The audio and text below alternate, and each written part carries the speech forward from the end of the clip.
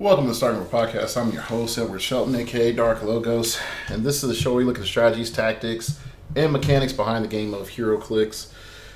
Today, we're going to talk about something I actually ended up having a very good conversation with Mr. Lucas Van Hollen on about the state of competitive play and what does that mean for everyone right now. But before I get into that, I'd like to remind you all that I just did my Star Trek to Boldly Go review.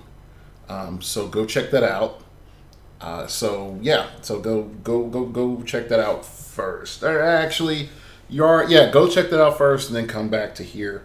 Open up a new tab, listen to that, come back here. You know, by that time, dinner will be ready. So, yay. All right, so here is my problem with the current state of the game and competitive play in general. Is that when we look at everything in a year's time, our schedule is really inconsistent. And there's a lot going on. And so for most of you who don't know, Big Bang held a regional in which 6 people showed up. 6.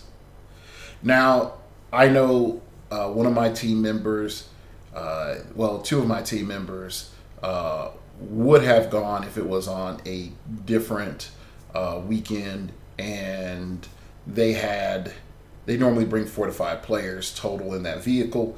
So you could take that as you wish, but still a regional with 10 people is not that great.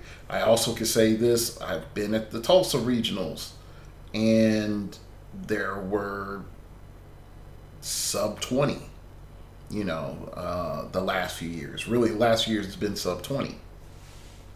And that's considering that we have Clicksman and Juggernaut, which are the two of the largest teams in heroclix, within 4 to 5 hours of Tulsa. So this, and again, everybody knows, Jamie is my boy. All of the Clicksmen, I'm cool with them. Mr. Reddick, I'm cool with him. He lives near me now, or I live near him. That would also be correct as well. So this is not like a throw shade moment, because it's not. But it more comes down to the fact that I think the incentive to go to rock tournaments is greatly minimized due to the competitive structure in the WKO structure. So when we go back at the beginning of rock, there were only 2 events, or let's say 3 events. There's 3 events that you cared about all year. One was Nats, US Nats, and that was at Origins. Then Worlds, which was at Gen Con, so you had 2 months difference. All right. And then you had whatever big storyline OP event that was going on. So if you had, let's just say you had, what was it? My brain farted. Sorry. Because Civil War, the whole Green Lantern set thing. What else? In any of the special events, No Man's Land, I can go on and on and on. Okay, all of those events are what your competitive focus was about all year round. And so you can look at, if you could go in the way back machine and you look at realms around 2012, 2013, 2014, everything about heroclix realistically was what's good at nationals, why did it win, and then what is good at Worlds, and then why did it win? Okay, so then when The Rock comes on the scene, The Rock does a couple of things that are really big. Number one, providing incentive for competitive play. That's number one. Number two, they are giving a platform for competitive play. All right, WizKids really wasn't giving a platform to competitive play because they really didn't know how to monetize it. And that's the key part. WizKids did not know how to monetize competitive play. WizKids knows fully how to monetize the general audience, but they did not know how to monetize competitive play, let alone set up the infrastructure and everything that's required to do it. So you fast forward and you see Rock starting to be successful. Year two, I think year two is 2 or 3 you're in Atlanta, and we're throwing out money, okay, and all of a sudden, I think WizKids realized, oh wow, they pulled 100 people, a little over 100 people. That is about half of what we generate in population at one of our conventions. And I think that's when the dollar bill signs rolled into their head, cartoon style, and it's like, there's money to be made here. All right. So when you see what they did with the WKOs with introducing the pricing for the WKOs, in particular the Hank Pym and the tank set, and what that did to competitive play, of how ridiculously strong that whole affair was, we could take some notes. WizKids initially said, what happens if we just have our little other events and they have big, huge pricing, and we have scaled pricing? And functionally, there was pushback because the big pricing that was won was highly, highly, highly sought after due to its exclusivity, and it had major impacts on the game.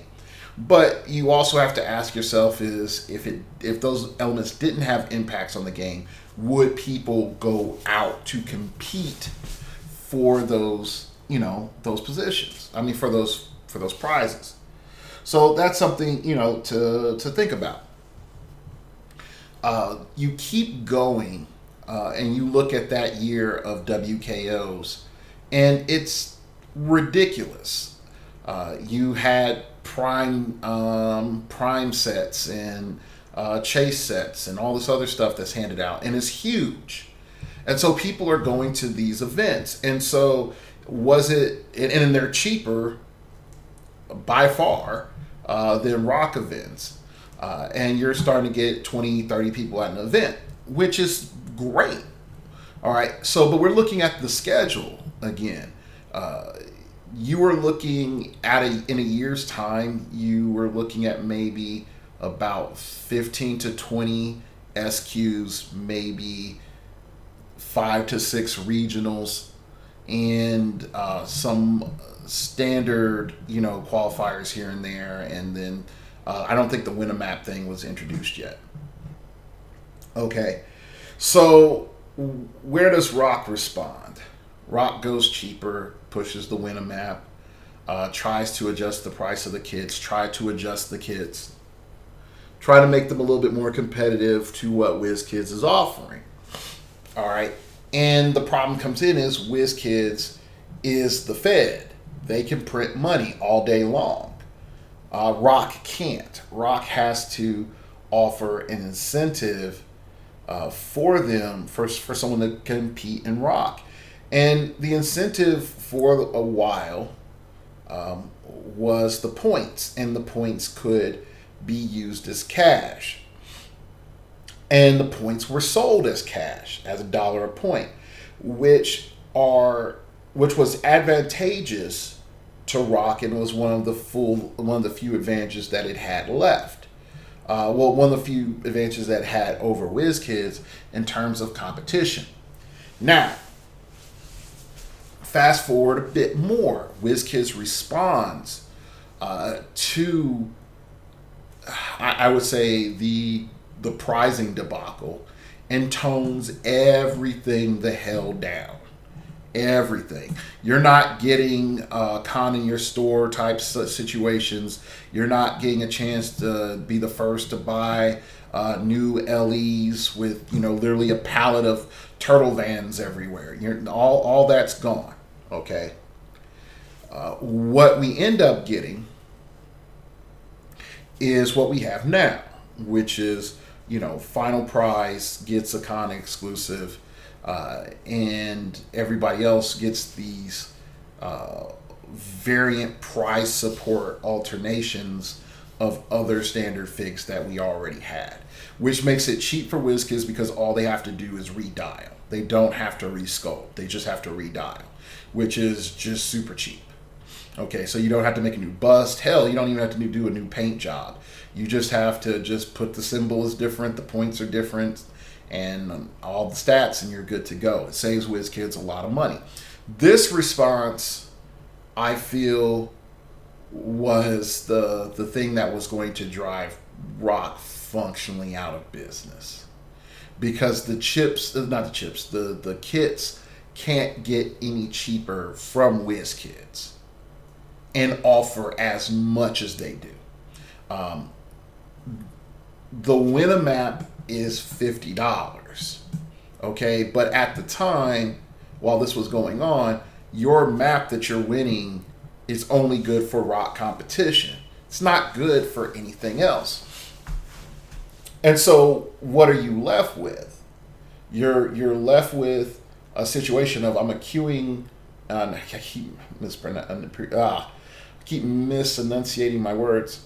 So you keep accruing these rock maps, and they're only good for rock.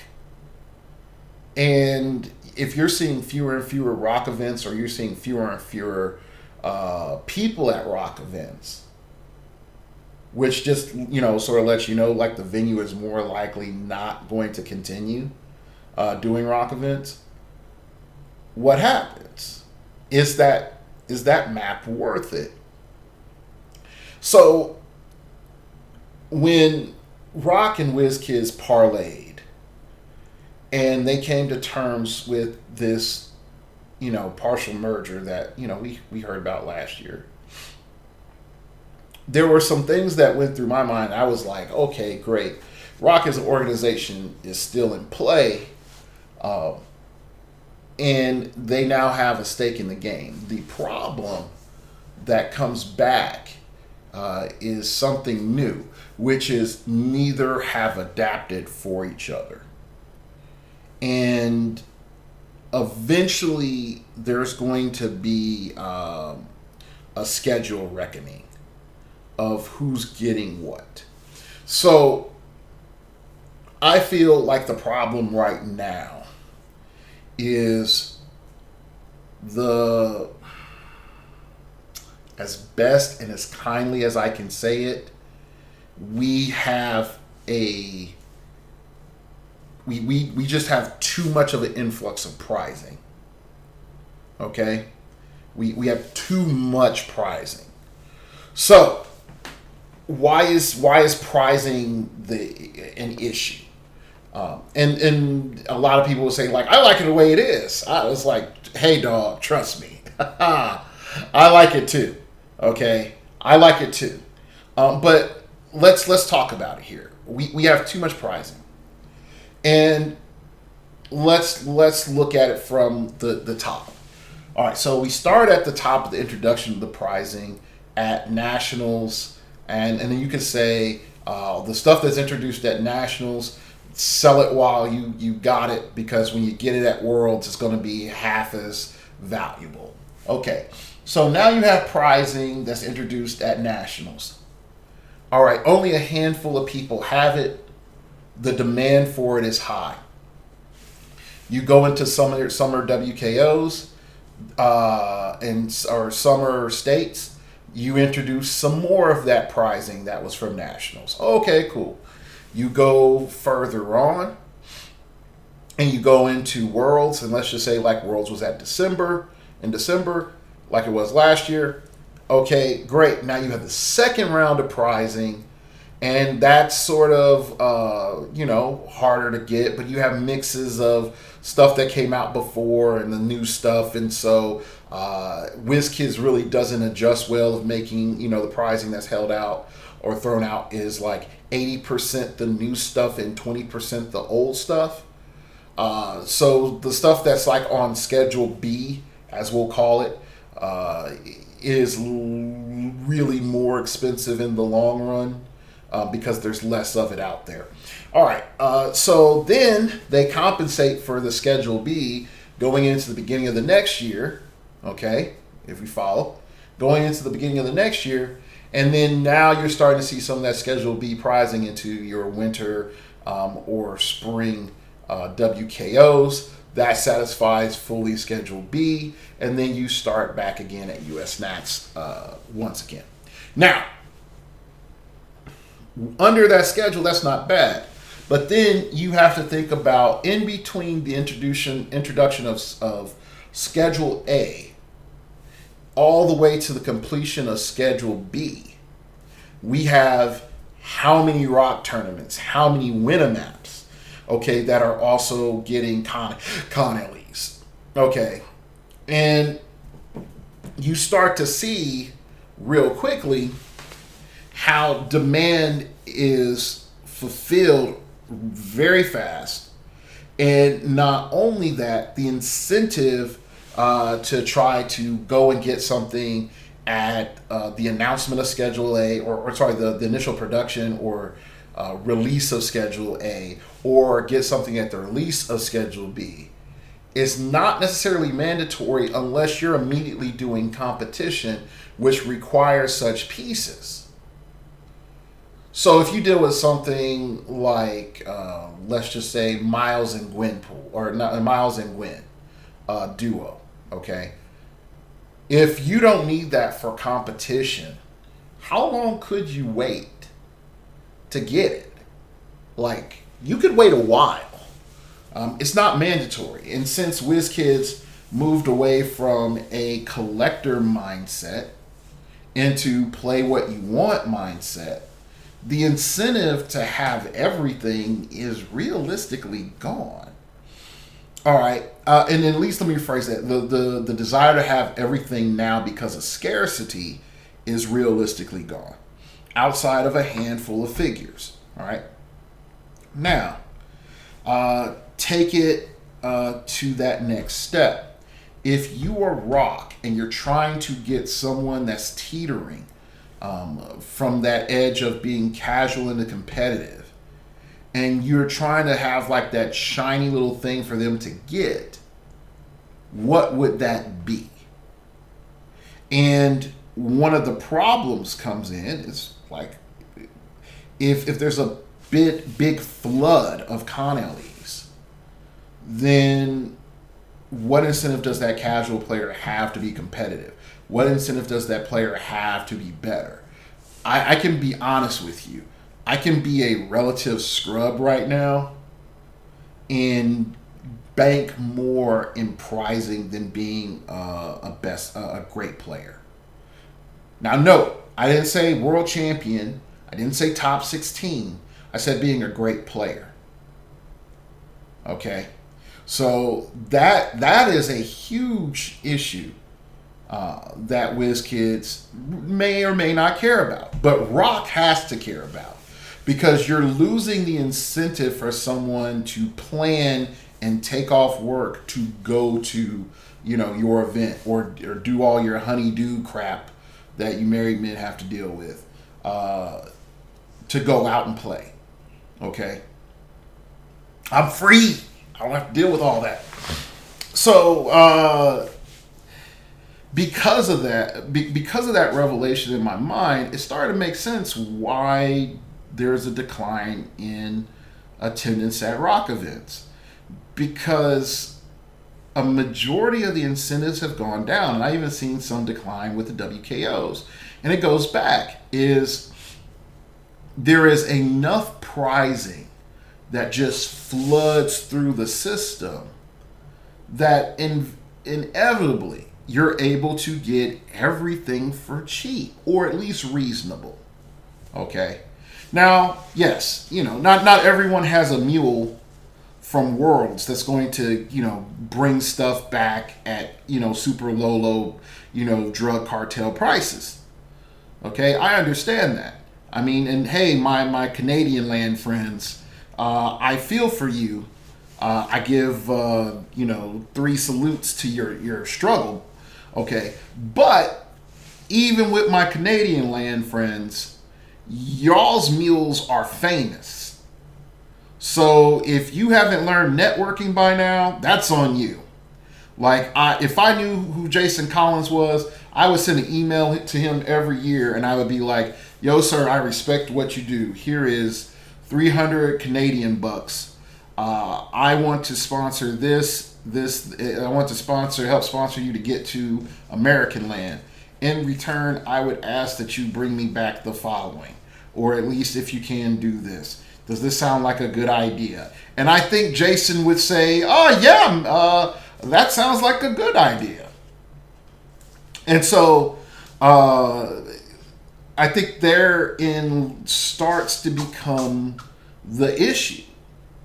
Therein starts to become, like a degree of the problem. Is that, like, realistically, if you try, you can get everything within like 10, no more than 20% markup from basic prices. So when we're coming back and we're digesting all of this, it becomes a bigger and a bigger deal. Because without reward incentives and without some degree of scarcity, and I can't admit I'm saying this, it creates a disincentive for people to compete. So if the physical prizing is abundant, then there's something else that has to be scarce. So for me, I thought, okay, WKOs, only the winner gets a bid. Unless the winner, if you win multiple, then the person that's second place gets the bid, unless they also have got a bid, blah, blah, blah, blah, blah. But when you start looking at the reality of how WizKids and Rock runs their big tournaments, that means crap. I mean, like legitimately, it is crap. All right? And here's why. For me to compete in Worlds, I don't even have to. I can do well at Nats, and then that gets me a bid into Worlds. But the same struggle process of getting into the Nats is the same as it is of getting into Worlds. And that to me is a problem. Same thing for Rock. Like now you could just show up for this year. This year I don't blame him because it's sealed singles and team constructed. So I don't blame them for that. But without points or qualifications and exclusivity of this is the best of the best, and then tailoring the economic return of that event around that, it becomes a problem. It becomes a huge problem. And I know folks are going to be like, "McCapitalism, all the money." And I'm not hating on McCapitalism, all the money. Okay? But realistically, there is no more honor in being a Rock champ. You sort of get where I'm saying, like, there's no pride in it. There's no pride in really being a WKO winner. And I know, like, Patrick on Apex Insiders has talked about it. And again, watch Apex Insiders. It's a good show. he's talked about it multiple times, like when he was doing WKOs and he was doing rocks, it meant something to be a Super Q winner. It meant something to be a WKO winner. Now those things are gone due to the level of competition in most situations, or just purely the amount of people that show up. So it's like, what do you do when you take competition? When you take competition seriously, there are only 3 events that really value that competition again, or actually displays the value of that competition again. And everybody shows up to it, or as many people as possible show up to it. Nats, Worlds, Rock Cup. And functionally, all 3 events are proving that qualifications don't matter. Qualifications don't matter. So why are we even lying to ourselves about it? You know, you might as well just say, here's the tournament.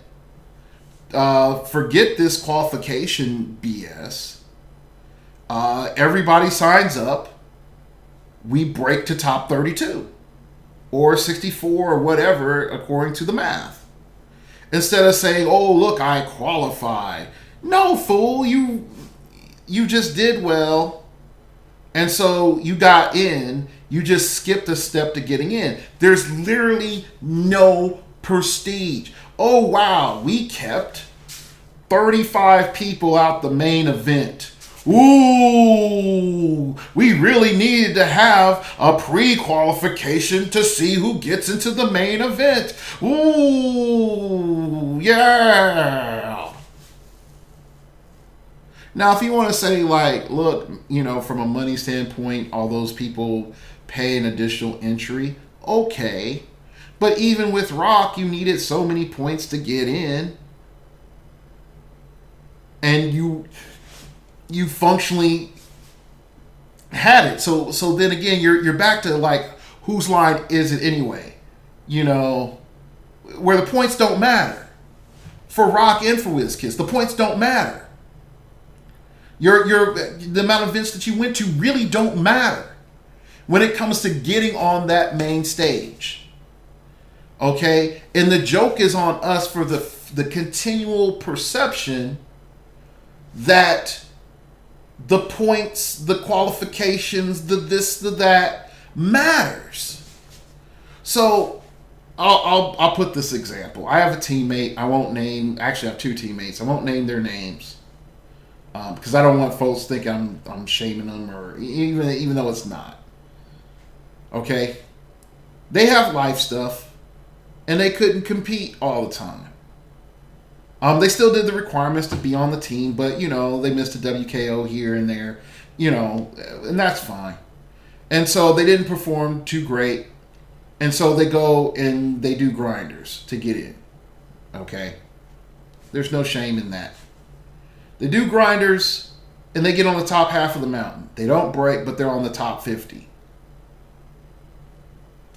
What did the grinders really show? Nothing. Other than the fact that WizKids was able to monetize that. That's it. That's all it's about. It's not about skill. It's not about actually filtering, you know, out the bad players, putting in the great players. It's not about that. It's about bodies and seats and ducats collected. That's it. So if that is it, don't front me. Okay, don't front me. I'm paying $20 to go and do a WKO, and only first place gets the bid.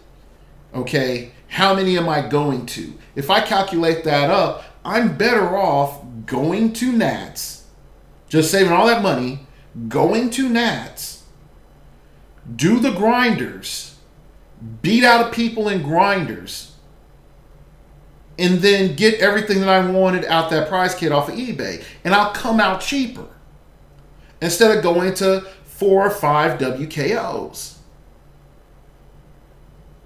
And I still get the same results of competing in nationals. And if I compete in nationals and I do well and I'm on the top half of the mountain, guess what? I'm going to be on the top half of I'm going to be going into, I'm qualified for Worlds. And if I'm not, I can still try to go compete in Worlds. It's still just go fly to Worlds or drive or whatever. Spend your hotel money and all this other stuff. Go to Worlds and compete and start getting the grinders and compete. And then get in that grinder tournament, compete, be on the top half of the mountain, and I'm still in Worlds. So the honor of things, the intangible prize, the pride is gone for ducats. And I'm not against ducats. Okay? I am not against ducats. But when ducats is number 1, 2, and 3, I can start seeing how people are like, I'm not quite sure on what I'm going to do. The other problem I see right now is WizKid's release schedule is it's like an anniversary year. It's bad. It's real bad. So let's like real quick try to recap all of the stuff that WizKids has like let out the bag in like the last few months. Okay, so we go back towards nationals.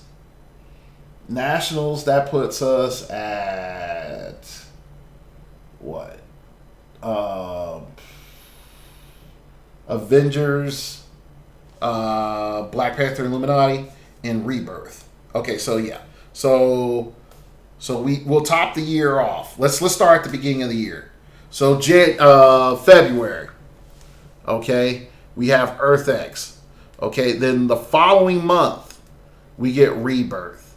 Then Rebirth actually got to percolate for a little bit. Then we get Black Panther and Illuminati. It's out in just enough time for Nats. So Black Panther and between now, so we're going to say June, okay, all the way to where we're at right now in October. So 4 months. We've had Black Panther and Illuminati. Okay, we've had the X-Men Wolverine versus Cyclops X-Men Regenesis. Okay, so we've had that event. We've had Star Trek Resistance is Futile. Okay, we've had X-Men The Dark Phoenix Saga. Okay, we have WWE. All right, so there's that. And then we're now getting the second wave of Star Trek.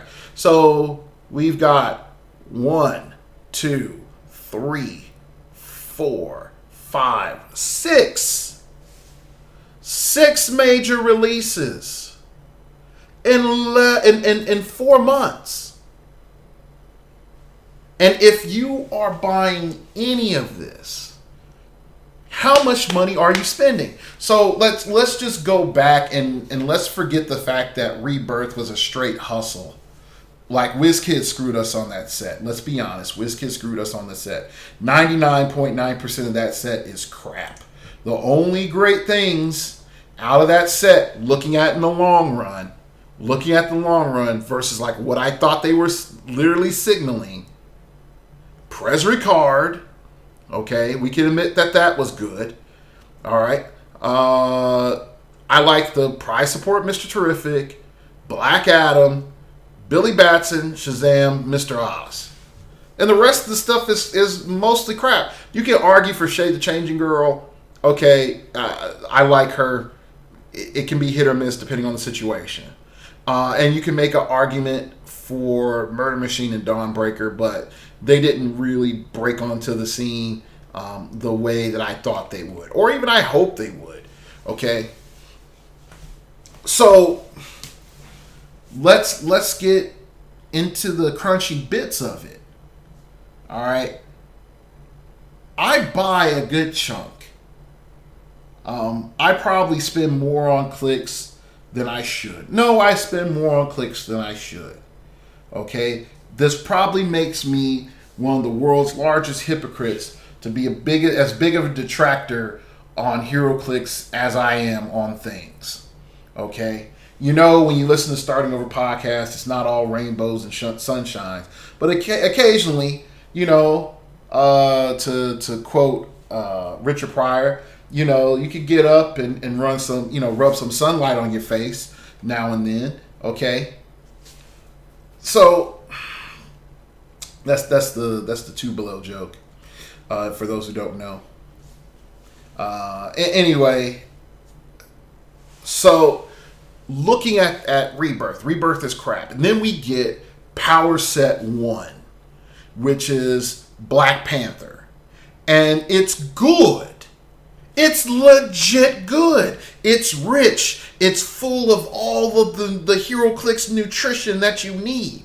It's excellent. It transformed how we played. It added great stuff on. It didn't wipe away every type of other build that was before it and then made everything be based on that set. It added layers to the game without detracting layers to the game. Okay? I can say that honestly. Go back, look at my review. I was ecstatic. Okay? Then you fast forward, you look at Wolverine Regenesis. And Regenesis was okay. It's not bad. I said at the time, it all depends on where X-Men the Animated Series goes on how good or bad this set really will be. Okay? I did make some comments about Trek, but overall it was generally positive, saying like, look, this set is skewed towards the Federation. It just was. Okay. And then when I looked at, you know, X-Men, the Dark Phoenix saga, or the X-Men Animated Series, I was just like, this is wonderful. Like, the little guys suck, but the Colossals are great. This is going to change how we play. There's some things how X-Men can change from that. And then let alone look at like what WWE is going to do. Like, let alone on that. So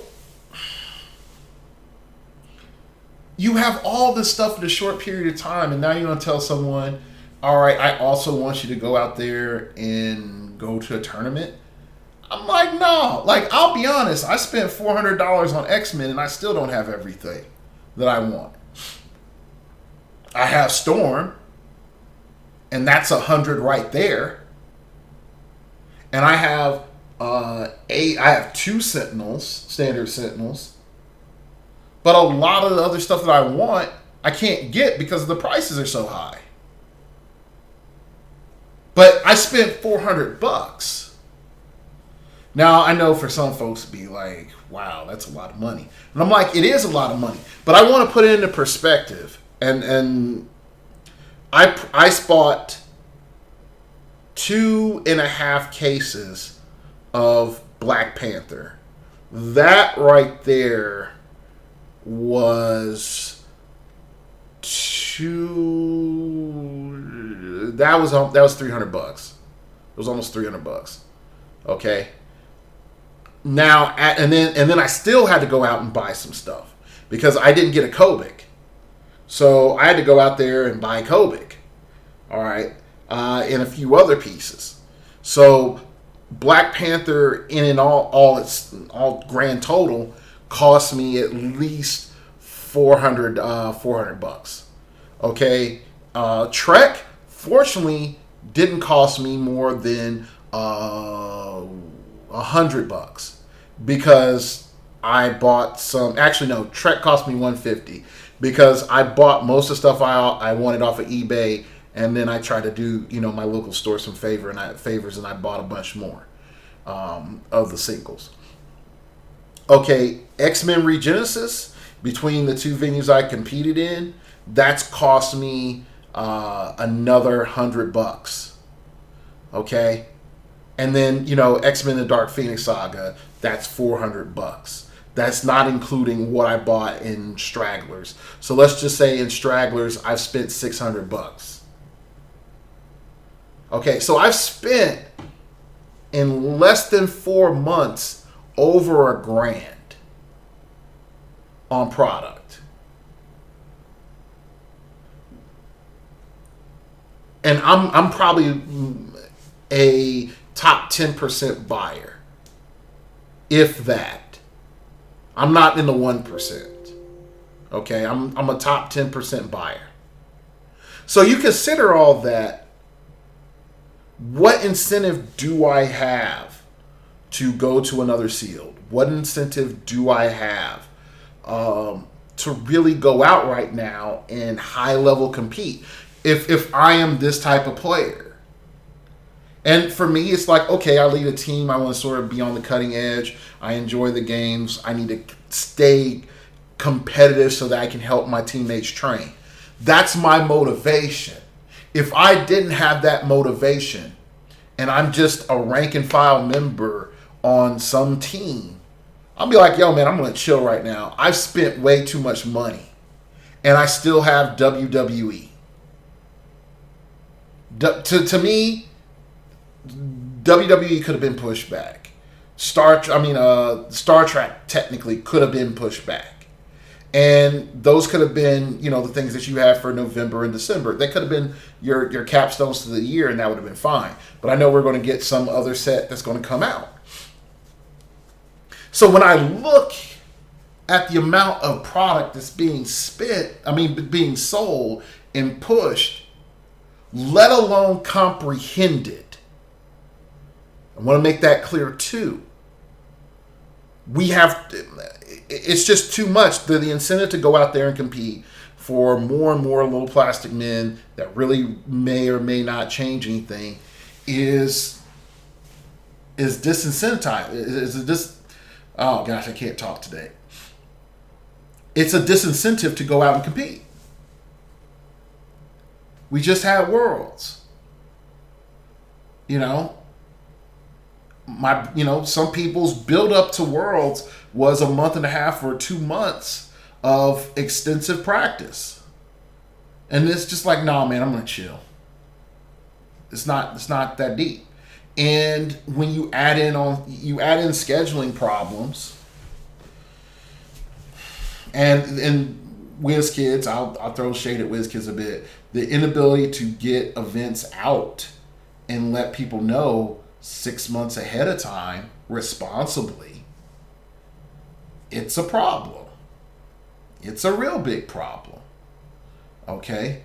I can understand it's like, oh, Bill went out of business, that puts us out of venue. I'm like, all right, Bill did go out of business, but can you, what was your backup retailer? Like, this is basic business. This is basic business. So anyway, I think going forward, and I've had some thoughts and marinated on it a bit. I think going forward, what has to happen is Rock reform, like WKO eradicates Rock, or Rock eradicates WKO. Like, the two can't exist. They can't. And the reason why I say that is with working together, neither are adapting to one another for symbiosis. If there was going to be symbiosis, what I would say is this. Rock does the following. They get rid of regionals. They get rid of they get rid of regionals. They get rid of all those mega regionals and all these other stuff. Just get rid of those because the points don't matter anymore. Okay, you've made that clear. All right. Just how things are showing up. The points don't matter. All right. So the points don't matter anymore. Great. Now we can move forward. Okay. So what you do is you go in and you say, Rock offers the following. We do win a map and then a Rock tournament. Don't call it a qualifier. Don't call it anything. Just say a Rock tournament. Or you can say a Rock event. Okay. What's the difference between a win a map or a Rock event? A Rock event, you have this prizing. And you could say one or two purchasables that were con exclusives, like one Marvel, one DC. And then you list off some other additional Con LE prizes, and you make it standardized. You don't do this random. Someone might get a lockjaw. Someone else might get, the Dial H Dial Kid guy. Like, no. No, you need to keep it standardized. So if I'm getting this kit and I'm going to this event, I know my spring events are going to be Lockjaw, Storm, and what's from DC? Kyle Rayner and Amazo. Okay, so I got 2 Marvel, 2 DC. I'm competing for those. When I come into the fall, I'm competing for mags, Phoenix Force mags. You could tell, like, I really been caring about my con exclusives lately. Static Shock, name 2 or other Marvel DC winnables, because the truth of the matter, I haven't cared for a bit. Okay, other than Storm, I really haven't cared. Freaking Superman Prime. Boom. Okay. So, you make it clear. First place gets a big purchasable in one Con LE in a map. Second place gets to pick between the purchasable and the Con LE. Okay, in the little Con LE. And then so on and so forth. Everybody going down to, 6th place or whatever, gets one thing or whatever. All right, boom, there's a Rock event. All right, so you've established that. Not all this like, my batch is this and I got 80 of these things, blah, blah, blah. Like, no, I need it to be standardized because everybody needs to know why they're traveling. Okay, that's one frustrating thing about going to Super Qs, is that am I going to get something that I already have, or am I going to get something new? If I know there's something that I want that's on my hit list, then I need to be able to know that I'm going to get that. You don't need to add, a gotcha function on top of a tournament. That's not worth it. Okay, doing these 2 things, and you can make it clear.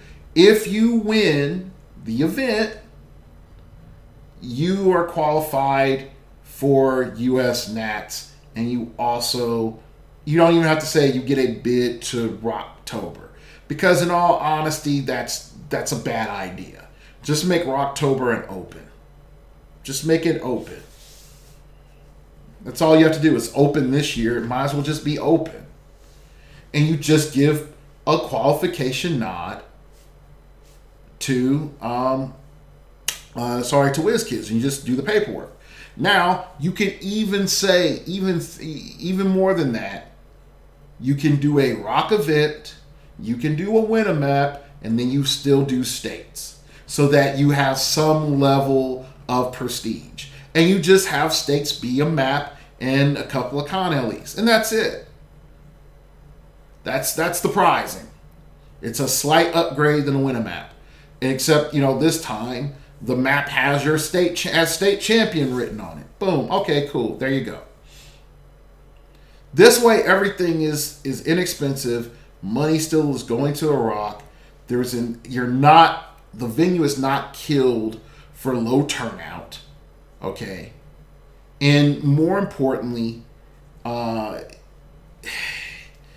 it allows Rock to stay, in my opinion, functional without burning any more bridges due to player participation.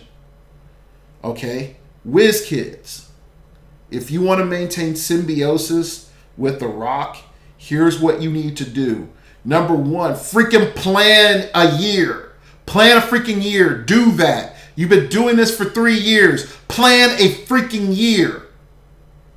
You can't. You're incompetent on planning events. So, I'm not the only person that feels that way.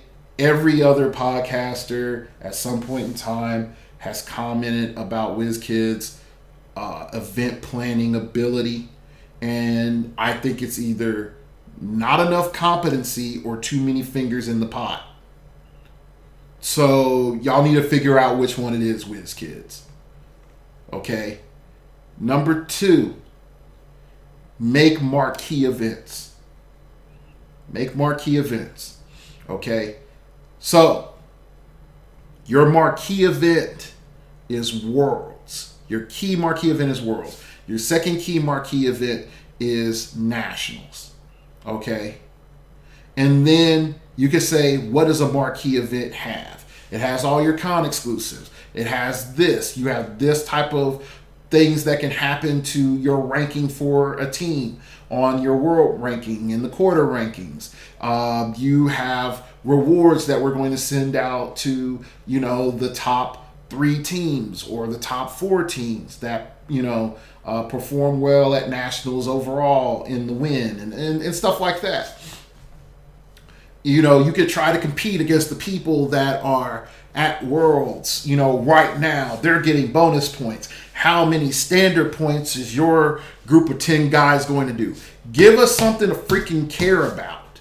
Give us little rewards to care about. Okay? Hell, even if it's just a plaque. Like, give us something to just... I don't cuss a lot, but it's like, give a shit. Like, I'm not first place in Worlds, but I'm trying to be number 1 on the leaderboard. Why do I give a shit? Because WizKids clearly doesn't. Top 10 players in the world on their own leaderboards. Why does it matter? It doesn't. Because WizKids is clear that they don't want to reward it. They don't even do any acknowledgments. Like, hey, I'd like to shout out on this month's, WizKids podcast to our top 10 players in the world for playing heroclix. I'd like to shout out Lone Cry. I'd like to shout out Matty G. I'd like to shout out my name is PJ Bolin. I'd like to shout out, last but not least, Mr. D. Powell. Okay, great. Boom. We've done that. You've given me a sense of honor. You've given me a sense of pride and accomplishment. Not in that Star Wars Battlefront way, where I just got it through throwing you money, or I got it through grinding stupidly. Still got work. Good. I've actually done it through effort, and I've achieved something in a limited window competition. Okay, so marquee placement, marquee prizing. You build up these events in their cornerstone to let everyone know, no matter what, we'll always have great partners at Origins. We're going to stay at Origins. That's not going to change unless something happens with that partnership, and I don't think it will, because it's too good of a benefit between our 2 companies. Okay, now you've established that you're doing your own thing, which I think it's, again, mutually beneficial to do it, be at Graceland. There is no reason for you not to be talking with Graceland and saying, next year I want exact date, exact times. Can we do that? Exact weekends, exact times, exact same contract. Can we do that? And I don't see Graceland saying, oh yeah, no.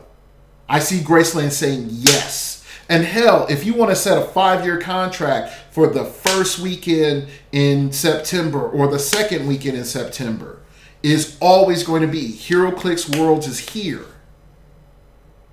Then guess what? You will have huge turnouts. Okay. Now going back, since I've already said, stop all the dumb pretense.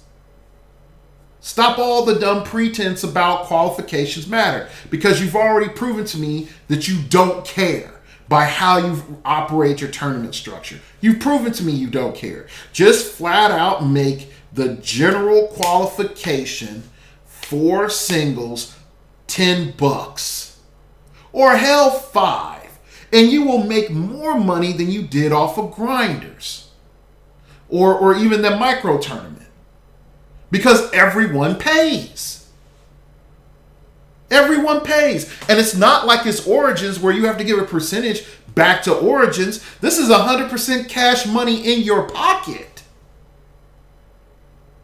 So, bam, I paid. I get in. Now, did I compete? Okay, I'm on the top half of the mountain. What acknowledgement do I get for being on the top half of the cut? Hey, guess what? You got on the top half of the cut.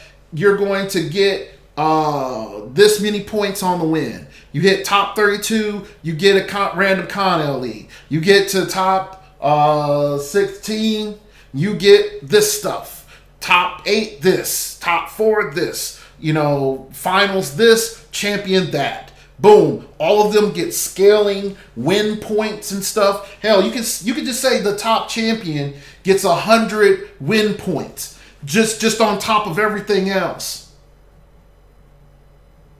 Okay.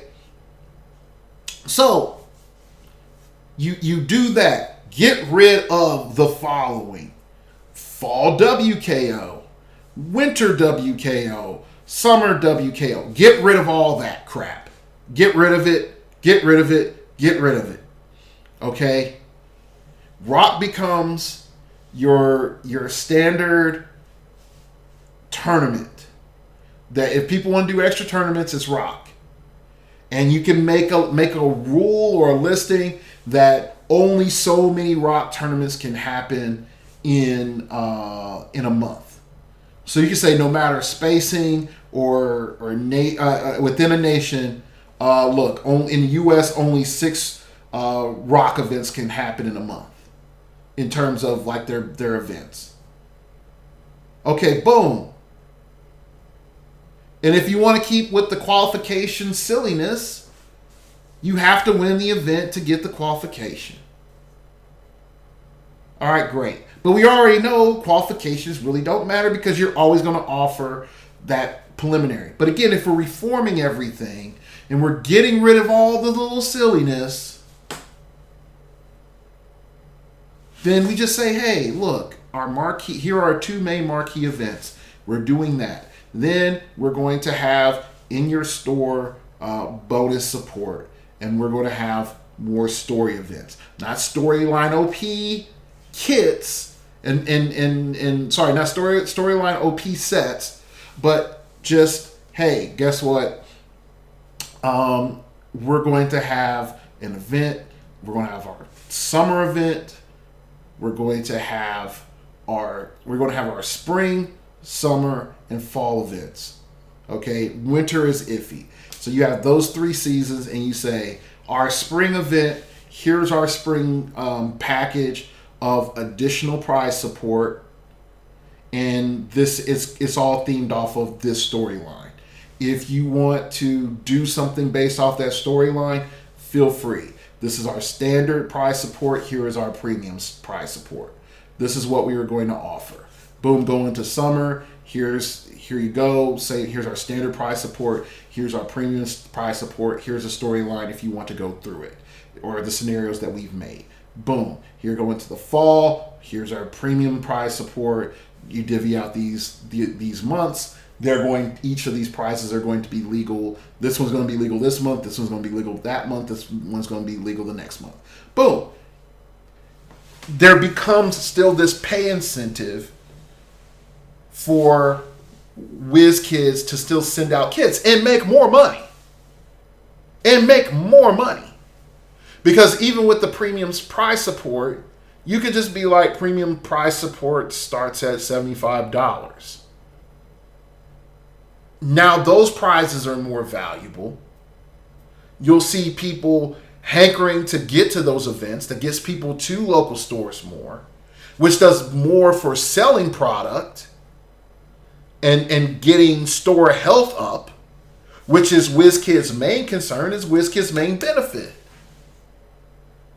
Still, keep the standard price support, but an introduction of premium price support in a storyline and just saying, this comes out this month, this comes out that month, this comes out this other month. You don't have to do the storyline, but understand that when you buy the premium OP kit, it's all here, but these figures are not going to be legal until these dates. So this one is immediately, the beginning of the quarter is this one. Magneto is legal. Then Emma is legal. Then what's his name? The Black King is legal. Okay, so we're going through Hellfire Club.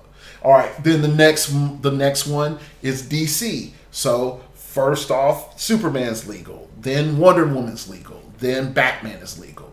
Go into the next one, and we're going to go into Avengers. Then Cap is legal first. Then Iron Man. Then Thor. Boom.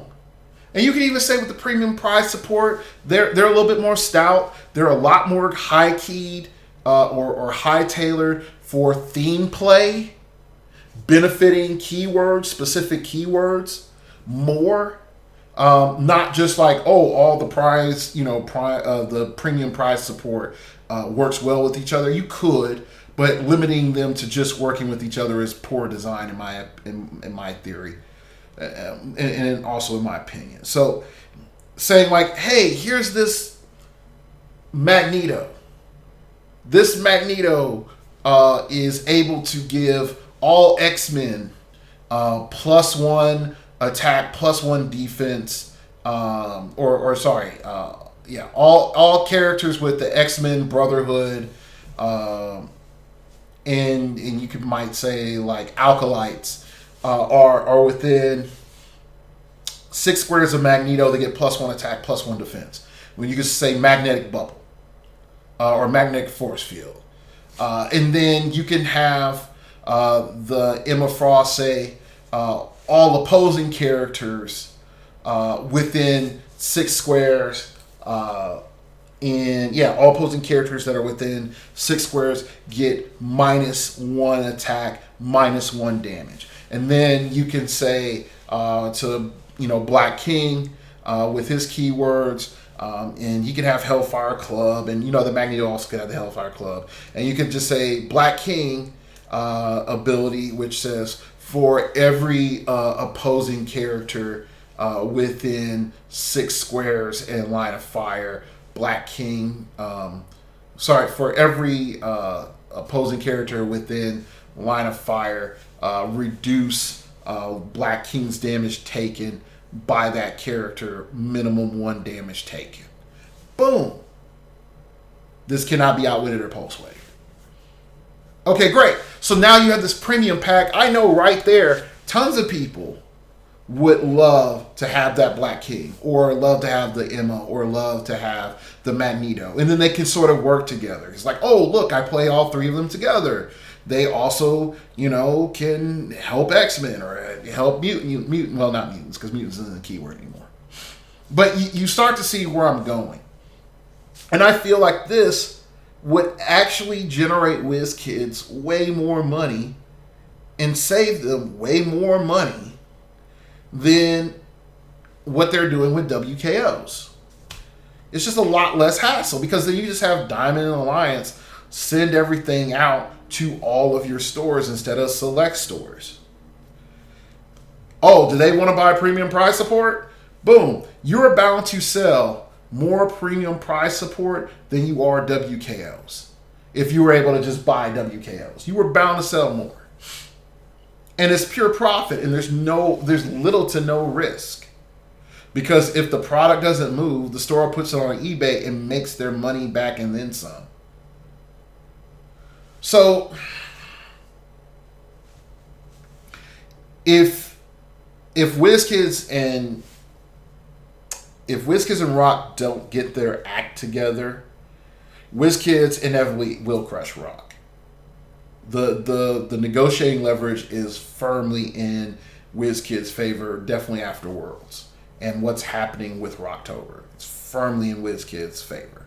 All right, so going forward, if we're looking at one entity overruling them all, it more likely is going to be WizKids. And then Rock is no more. And then we will see how long WizKids cares about competitive. And at best, with Rock being no more, they offered Howard the position of running WizKids competitive. Like, just running the tournament scene. That's really the best they can do. Other than that, I don't see Rock doing something that's going to be able to overtake WizKids. I just don't. Not the way it is now. And I don't know what it needs to be to hit the economics that it needs to be to float the business portion of the Rock. So, there you go. All right. I know some of you are going to say, man, I thought we were going to talk about, figures and stuff. But realistically, from where I stand, I got to be honest, a lot of stuff is competitive. A lot. And so maybe what I will do is if you all give me some pokes and prods, I might look into saying, like, here are 5 ideas of what I think are competitive or something like that right now for you to, focus your money around if you don't want to buy everything. Is this a dark time in heroclix? No. Is this a greatest time in heroclix? No. Is this a struggle? Yes. Are there things that need to be improved? Yes. Are things as bad as they were, 8 years ago? No. Things are a lot better. We are in a better place. We're just in a place of uncertainty and lack of leadership. I'll just be clear. WizKids has a huge lack of leadership, or their leadership structure is very, I hate saying problematic, is very inept. There's a lot of flubs that shouldn't happen. There's a ton of flubs that shouldn't happen. So, all right, that's it. You can follow me on the Twitter at StartOverPod. It came from outer space and told me a week-long vacation that you didn't have to take off for is always great. Yes! Fall break. These kids, man, make you want to punch them in the throat sometimes. But I don't. But they make you want to. Too many times. You can, yeah. My Twitter didn't even come back from outer space. It's on fall break. Yeah. So anyway, you can email me at startingoverpodcast@gmail.com. That's startingoverpodcast@gmail.com. If you wish to opine, keep it piffy, keep it interesting, keep it awesome, baby. Let me know what you think about my assessment. If I'm wrong, if I'm right,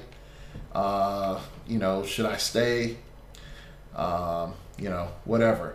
Also, any of your ideas for episode 300, feel free to hit me up and let me know what I should do for episode 300.